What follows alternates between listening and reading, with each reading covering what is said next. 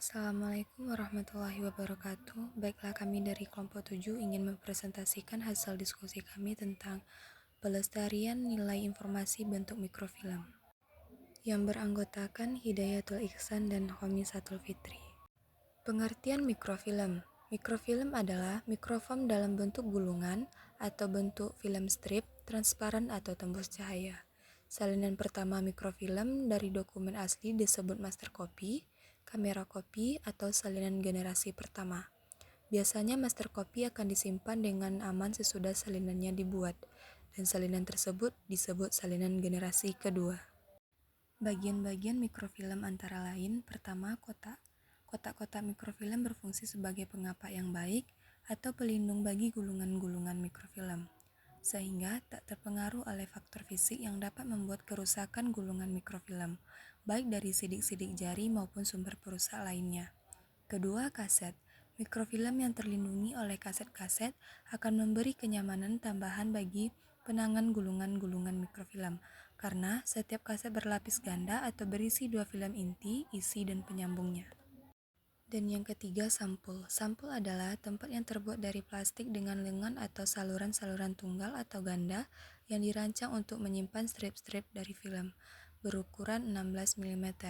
Sampul berfungsi untuk melindungi dan memudahkan perorganisasian materi mikrofilm. Teknologi pembuatan dan latar belakang alasan pembuatan mikrofilm. Pertama, teknologi pembuatan mikrofilm. A. Persiapan bahan. Bahan yang ingin difilmkan dibersihkan dan dipersiapkan dengan baik. Hal ini untuk memastikan kualitas gambar yang dihasilkan baik dan tidak terhalang oleh kotoran atau kerusakan. B. Pemotretan. Bahan difoto menggunakan kamera mikrofilm khusus. Kamera ini memiliki lensa dan film yang dirancang untuk menghasilkan gambar yang tajam dan kecil. C. Pengembangan film. Film yang telah terpapar cahaya kemudian diproses secara kimia untuk menghasilkan gambar permanen. Proses ini disebut pengembangan film. D. Pemotongan dan pemeriksaan. Film yang telah dikembangkan kemudian dipotong dan diperiksa kualitasnya. Bagian film yang cacat atau tidak sesuai standar dibuang. E. Penyimpanan. Mikrofilm disimpan dalam wadah khusus yang dirancang untuk melindunginya dari kerusakan akibat suhu, kelembaban, cahaya, dan debu. Yang kedua, latar belakang alasan pembuatan mikrofilm. A. Mengatasi kekurangan ruangan penyimpanan. Koleksi buku dan dokumen di perpustakaan dan arsip terus bertambah seiring waktu. Hal ini menyebabkan kebutuhan akan ruang penyimpanan yang semakin besar. B. Melestarikan buku dan dokumen yang rusak atau langka. Mikrofilm dapat membantu melestarikan buku dan dokumen yang rusak atau langka dengan membuat salinan digital yang tahan lama. Kelebihan dan kekurangan mikrofilm.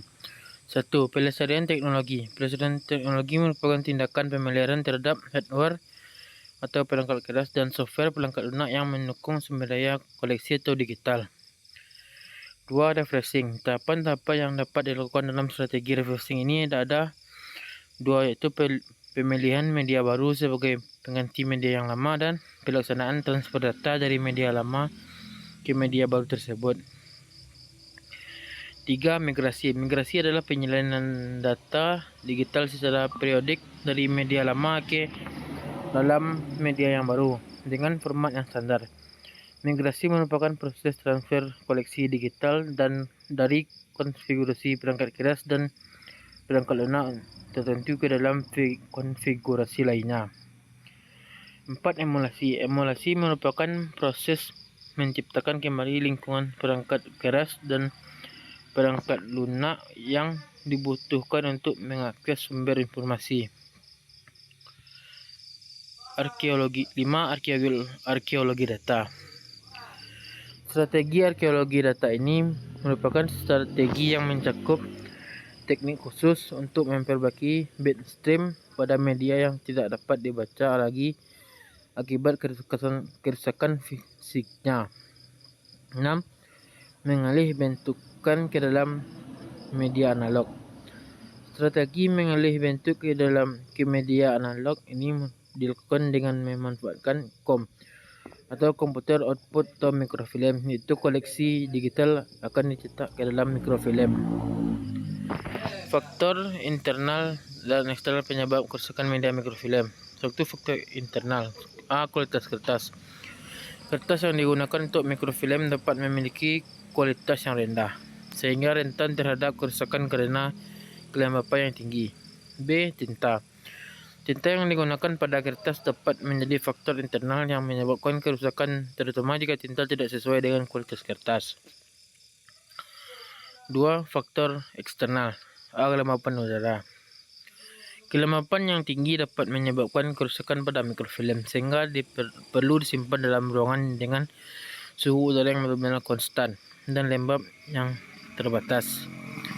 B. Sinar matahari. Sinar matahari dapat menyebabkan kerusakan pada mikrofilm, sehingga perlu disimpan dalam ruangan yang tidak terkena sinar matahari langsung.